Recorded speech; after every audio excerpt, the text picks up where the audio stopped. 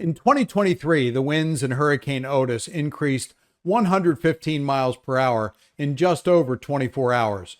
It went from a weak tropical storm to a Category 5 beast with 165 mile per hour winds, slamming into Acapulco and causing billions of dollars in damage. It was the most extreme case of rapid intensification ever observed. One reason Hurricane Otis rapidly intensified is that it passed over extremely warm ocean waters near the coast. This provided the fuel for the catastrophe to come. We just observed another instance of extreme rapid intensification. On Friday, August 15th, Hurricane Erin was a Cat 1 with sustained winds of 75 miles per hour. 24 hours later, Erin was a monster Category 5 hurricane with top wind speeds of 160 miles per hour. Abnormally high ocean temperatures again helped fuel Erin's astonishing strength. People wonder why Erin's extreme rapid intensification came as a surprise. Rapid intensification is difficult to forecast because of the complexity of factors involved and because most of our ocean temperature data comes from satellite, and that only tells us the temperature at the very surface. That's where undersea gliders come in. As a part of the Integrated Ocean Observing System, or IOOS, scientists are deploying a series of gliders in the Atlantic, Caribbean, and Gulf to help forecast hurricane intensity. Let's chat with our ocean expert, Dr. Ellen Prager, for some more insight. Hey, Dave, you're right. Warm ocean water can indeed be the super fuel for rapid intensification. But it's not just the surface.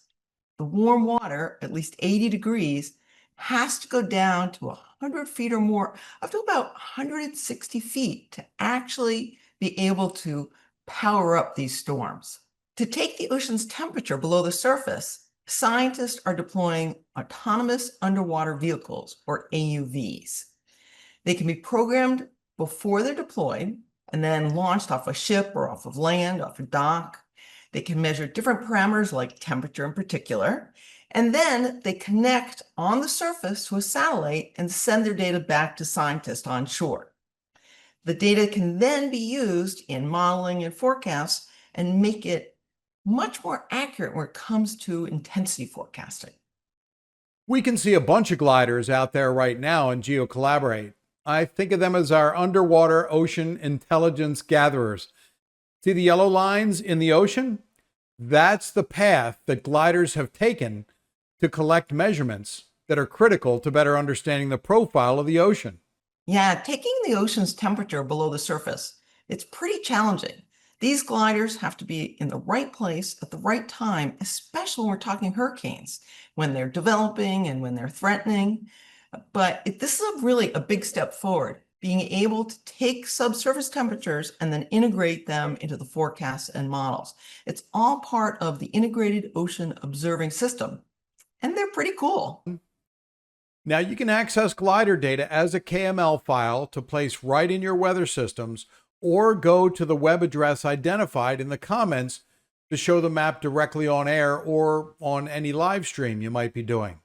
I know gliders aren't all over the place, but they could work in certain instances when tropical systems are developing or perhaps threatening.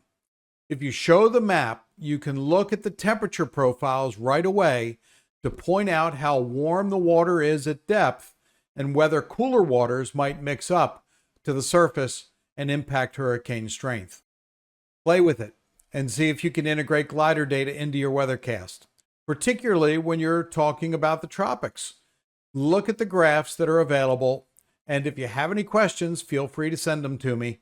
My email address is right here next to my name. If you'd like to speak with a glider expert, you can contact Dr. Scott Glenn at Rutgers University at this email address right here.